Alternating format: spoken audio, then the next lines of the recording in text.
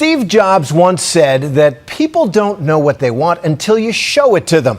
And with incredible, almost spooky consistency, Jobs has produced new products that consumers discovered they really, really wanted. Well, now, just hours ago, Steve Jobs has resigned as chief executive of Apple, the company he built, just a month after Apple announced astronomical third quarter profits of more than $7 billion.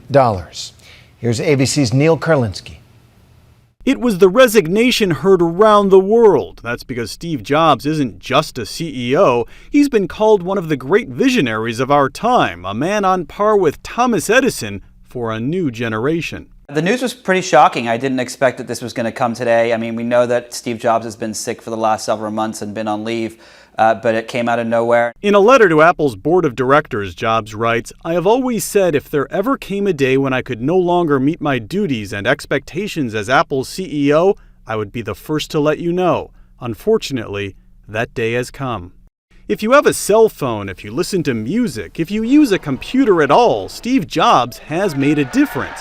But in the midst of all that, Jobs has quietly been in the fight of his life for years. He beat a rare form of pancreatic cancer in 2004, but came back to work to bring Apple to new heights. But after appearing extremely thin at a conference in 2008, there was new concern about his health. I just wanted to mention this. Jobs claimed it was nothing more than a hormone imbalance at first, then abruptly took a leave of absence. It was only after an appearance in 2009 that the world learned he actually needed a liver transplant, a fact kept under wraps until after the procedure. I now have the liver of a mid-20s person who died in a car crash. The tech world feared this day was coming. Even though he'll stay on as chairman of the board, the Steve Jobs era is effectively over. Apple's chief operating officer Tim Cook will replace Jobs as CEO, a brilliant insider who's kept the company on track and successful during Jobs' earlier medical leave. But as just about every analyst on the planet has pointed out before, he's no Steve Jobs. Everybody you talk to at Apple is going to tell you Steve Jobs is one guy and one of his greatest skills is a talent scout. He's assembled the greatest team in the world, blah, blah, blah. But the truth is that Steve Jobs is a notorious micromanager. He is an overbearing boss with a reputation like nobody you've ever heard of in your life. And he is part of the reason that Apple is he is most of the reason that Apple is what it is today. The reclusive billionaire always let his products do the talking. His signature black shirt, Levi's, and New Balance tennis shoes were generally only on display once or twice a year as Jobs took the stage to announce the company's newest product. And we are calling it iPhone. He agreed to sit down with us in 2007 after announcing the very first iPhone. And while he appeared relaxed, his iron grip on all things Apple was plain for us to see as he kept things short and seemed to have his PR people on edge. No one bats 1,000. You've been called the Babe Ruth of Silicon Valley. Are you worried that you reach a point where there isn't another killer piece of hardware to come out with to wow the world? You know, again, we don't worry about stuff like that. We just try to build products that we think are really wonderful and that people might want. And sometimes we're right and sometimes we're wrong. But I think we're going to hit a grand slam with this.